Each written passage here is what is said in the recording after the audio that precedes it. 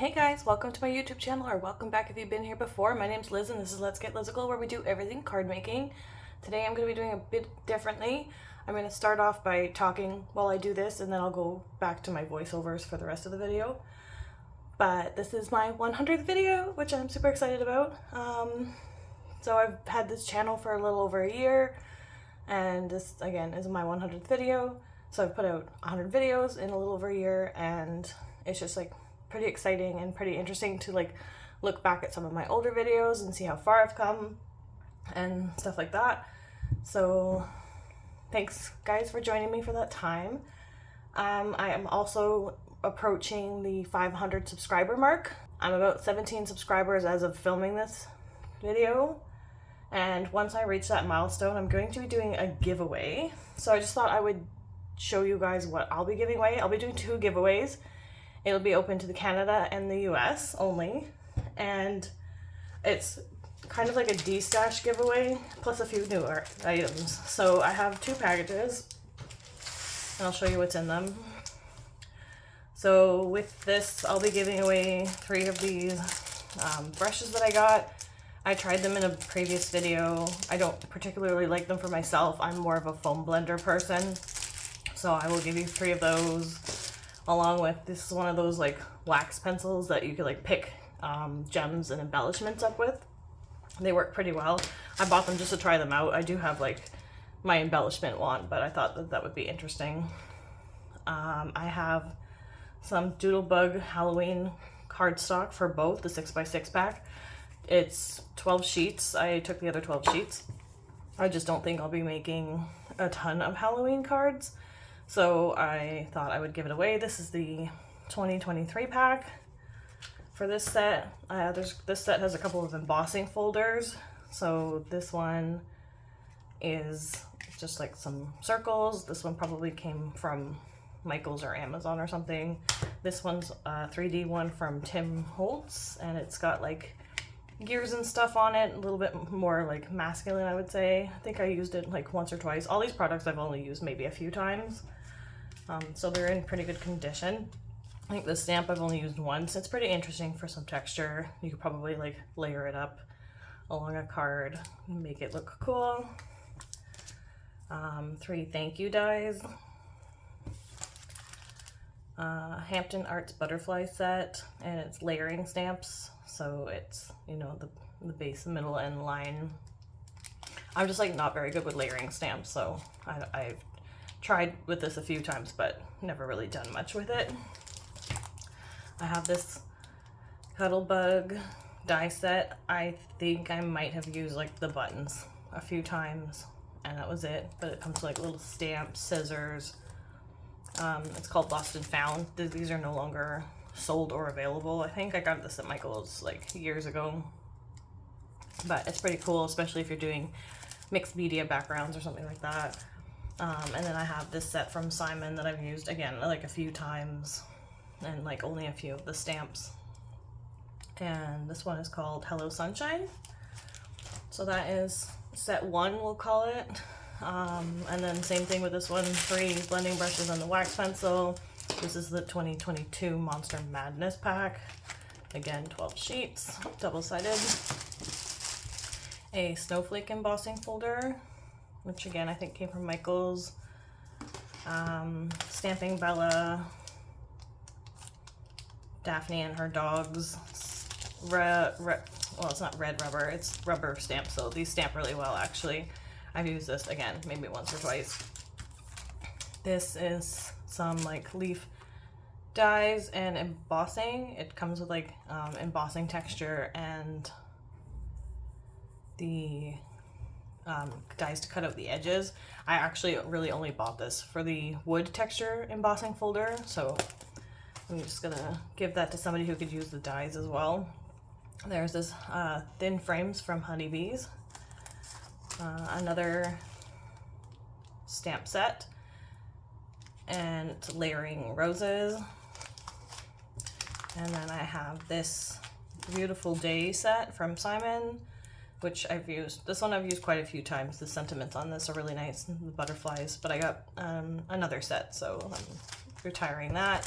And then this one Again, I've used a few of these a couple times, but maybe only like these 2 images and this one. So they're all in like pretty good condition. This one I've had a long time, so it's yellowing, which is normal.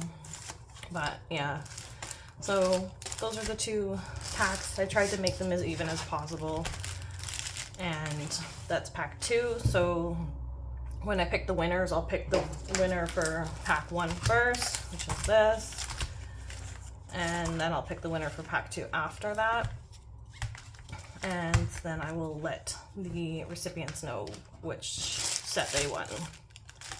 But I will announce that once I actually reach the 500 subscriber mark. It'll be kind of like a combination 100 video / 500 subscribers.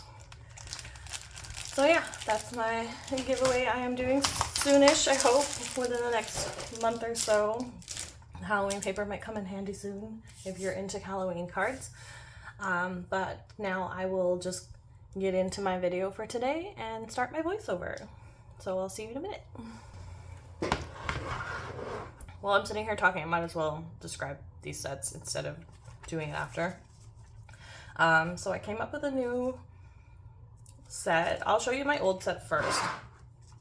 This one is available in my Etsy shop now.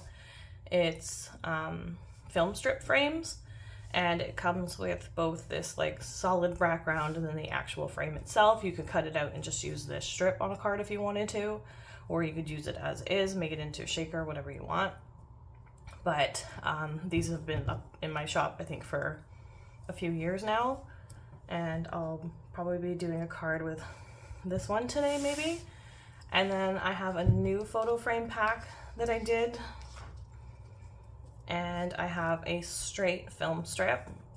I made them, I think it was 9 inches long, just so you could use it for slimline. Oh, sorry, this pack also comes with A2, A7, and slimline cards.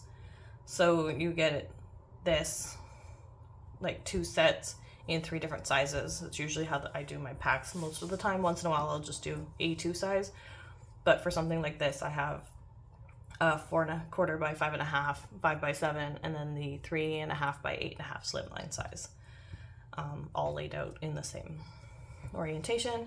And then it gets, again, for the new pack I have straight ones. I have these like little photo strips. These are like those ones you would get done at like a photo booth, and I left enough border in here if you wanted to cut it in half. It would have like a perfect little square border, and you could like cut this apart, place them all over your front of your card or whatever. Again, 9 inches long, so you can put it on a slimline card, which I will be doing today, and I'll also be doing A2 size. I included a Polaroid picture as well in the set, and then I made these cute little thumbtacks to go with it because I thought it would be cute to add. They're layering. This one's just 2 layers. It comes with the base and the pointy end of the tack. I cut it off because it gets a little bit too thin at the tip here, and I think if you cut off just like a tiny bit at the end, it just makes it look like it's in the paper. But you can just kind of like stick this in the top and make it look like it's tacked to a cork board or something if you wanted. This one has more pieces to it. There's the base layer and then 3 other layers, so it's a little bit more finicky put together, but it's like a standard thumbtack. But I thought also that was pretty cool. And then you can just like stick it in the corner, put it on your card base. This is white on white, so you're probably not going to see it, but you just like, this is how I'm picturing it. Put it on your card, make it look like it's on a cork board, and then maybe do your background in some kind of like textured, like light brown, like a cork board. And then you can put your image in there. You could put pictures in here, like actual pictures if you want. Same with these. But I'll probably just stamp images on it. This one, previously I did a Christmas card where I kind of like did little mini scenes for Rudolph the Red-Nosed Reindeer, and I used Mama Elephant's little agenda sets in, I think, the reindeer, the Yeti for the Abominable Snowman, and then the little Santa as well. And I just kind of like did a mixture. If I remember, I'll put a photo up in the top corner to show you what I mean. So yeah, so that's what we're going to be working on today. I think I'm going to use this one for this card, which is again part of my older set. And then for this one, I might use the Polaroid with the thumbtack, which would look pretty cool, and then maybe like make a birthday card out of it. We'll see. Maybe I'll start with this one. It's going to be a bit longer today, so I'll just put them off to the side, and then now I will go to my voiceover.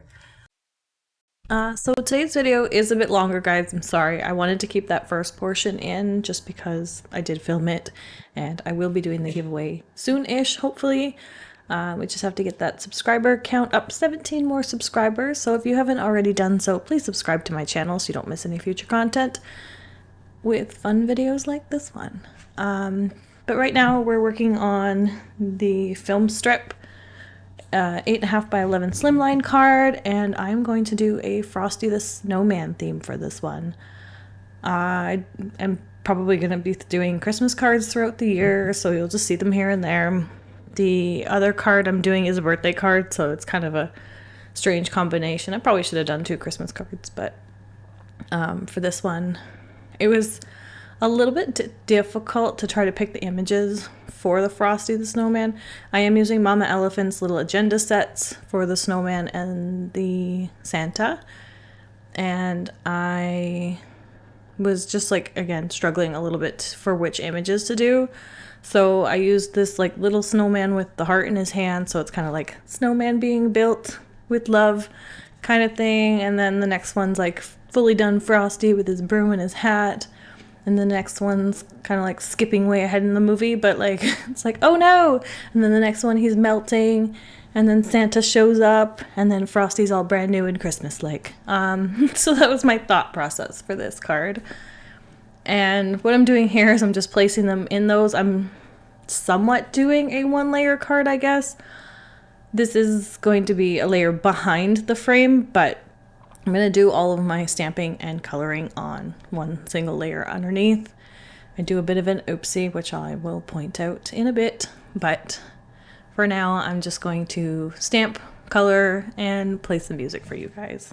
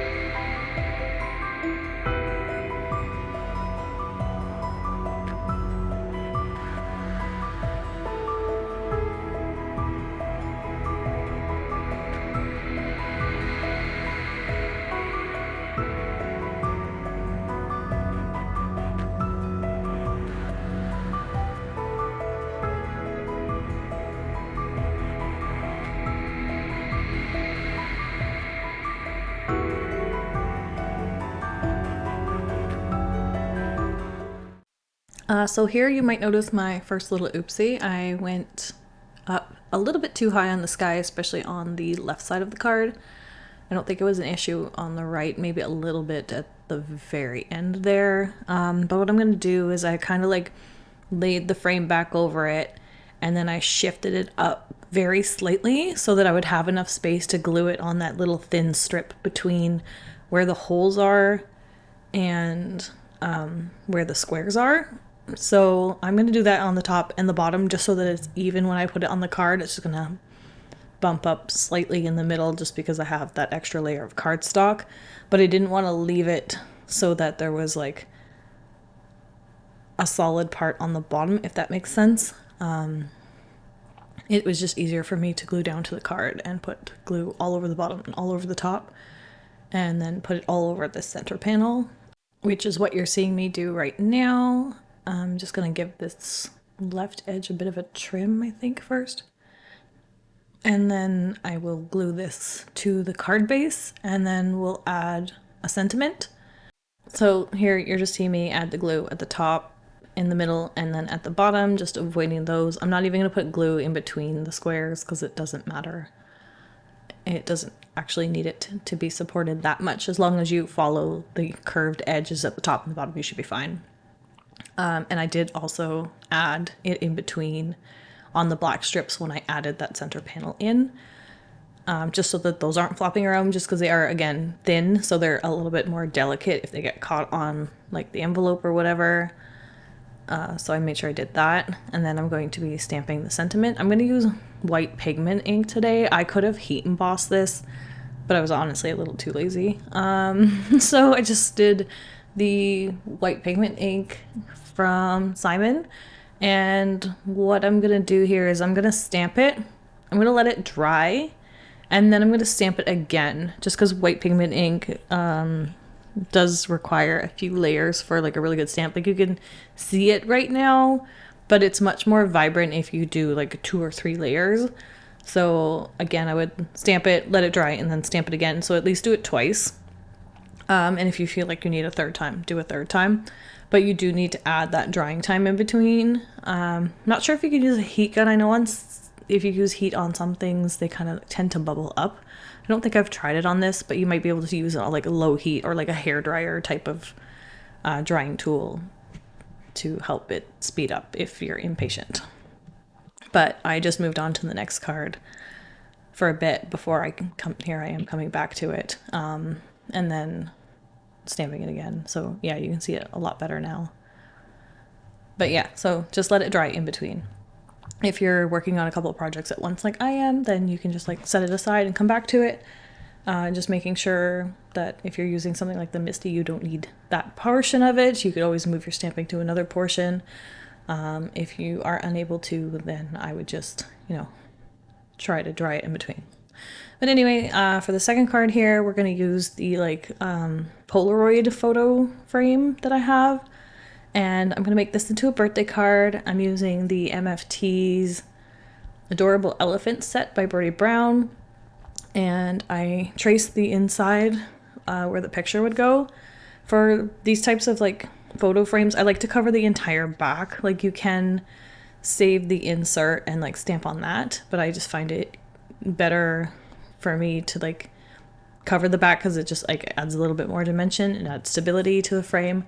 And then it's just easier to color, and then I can kind of stamp an entire image and then move the frame around if I feel like I need to, and I don't need to commit to, okay, this is the way I wanted at the beginning. But for this card, I'm just going to do some quick coloring, as always, like I'm doing my standard, cell shading type coloring, very small shadows, and only using 2 colors. And then for this, I am making my own confetti background. I'm trying to vary the size of the dots with alcohol markers because they bleed into your paper. If you hold them a bit longer, they do kind of spread out and become bigger.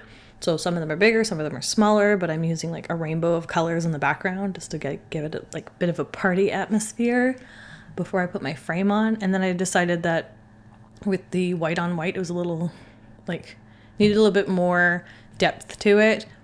Again, you could probably just add some foam tape behind this. The edges are also a bit thin, but if you have that 1/8 inch foam tape, it should work no problem.